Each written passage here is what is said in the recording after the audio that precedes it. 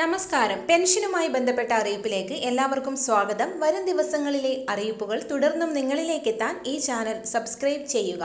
ഈ ഇൻഫർമേഷൻ കൂടുതൽ ആളുകളിലേക്ക് എത്തിച്ചേരാൻ വീഡിയോ ലൈക്ക് ചെയ്യുക. നിലവിൽ സംസ്ഥാനത്ത് ഒക്ടോബർ നവംബർ മാസത്തെ 3200 രൂപയുടെ വിതരണമാണ് പുരോഗമിക്കുന്നത്. കൈകളിൽ തുക സ്വീകരിക്കുന്നവർക്കുള്ള വിതരണവും ഇപ്പോൾ ആരംഭിച്ചിട്ടുണ്ട്. ഇതോടൊപ്പം തന്നെ ഏപ്രിൽ മാസം മുതൽ അതാത് മാസത്തെ ക്ഷേമ പെൻഷൻ കൃത്യമായി വിതരണം ചെയ്യുമെന്നും ധനമന്ത്രി വ്യക്തമാക്കിയിരുന്നു. അതുകൊണ്ട് തന്നെ ക്ഷേമ പെൻഷന് പണം കണ്ടെത്താൻ സഹകരണ ബാങ്കുകളിൽ നിന്ന് 2000 കോടി രൂപ കടമെടുക്കാൻ സർക്കാർ തീരുമാനിച്ചു. പ്രാഥമിക സഹകരണ സംഘങ്ങളുടെയും ബാങ്കുകളുടെയും കൂട്ടായ്മയിലൂടെയായിരിക്കും പണം സ്വരൂപിക്കുക.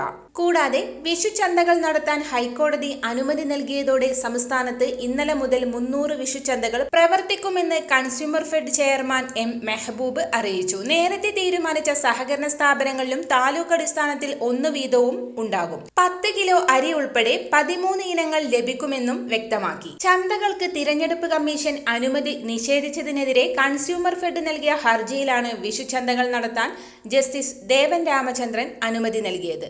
ചന്തകൾ സർക്കാർ സ്പോൺസേഡ് ആണെന്ന തരത്തിൽ വോട്ടർമാരെ സ്വാധീനിക്കാനുള്ള പ്രചാരണം പാടില്ലെന്ന് കോടതി നിർദ്ദേശിച്ചു. ഏതെങ്കിലും തരത്തിൽ ചട്ടലംഘനമുണ്ടായാൽ തിരഞ്ഞെടുപ്പ് കമ്മീഷന് ഇടപെടാം.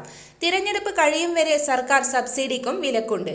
തിരഞ്ഞെടുപ്പിന് ശേഷം കൺസ്യൂമർ ഫെഡിന് സർക്കാരിനോട് തുക ആവശ്യപ്പെടാമെന്നും കോടതി അറിയിച്ചു. സമൂഹത്തിലെ ദുർബല വിഭാഗങ്ങൾക്ക് ആശ്വാസമാകുന്ന സ്പെഷ്യൽ ചന്തകളുടെ നടത്തിപ്പ് സർക്കാരോ രാഷ്ട്രീയ പാർട്ടികളോ പ്രചാരണായുധമാക്കരുതെന്ന് ഹൈക്കോടതി വ്യക്തമാക്കി. ജനങ്ങൾക്ക് അവകാശപ്പെട്ടത് നൽകുന്നത് ഭരണ നേട്ടമായി പറയാനാവില്ല. ജനങ്ങൾക്ക് ആവശ്യ സേവനം നൽകുന്നത് സർക്കാരിന്റെ ഔദാര്യവുമല്ല, ബാധ്യതയാണെന്ന് കോടതി ഓർമ്മിപ്പിച്ചു. കൂടുതൽ വാർത്തകൾക്കായി ഈ ചാനൽ സബ്സ്ക്രൈബ് ചെയ്യുക.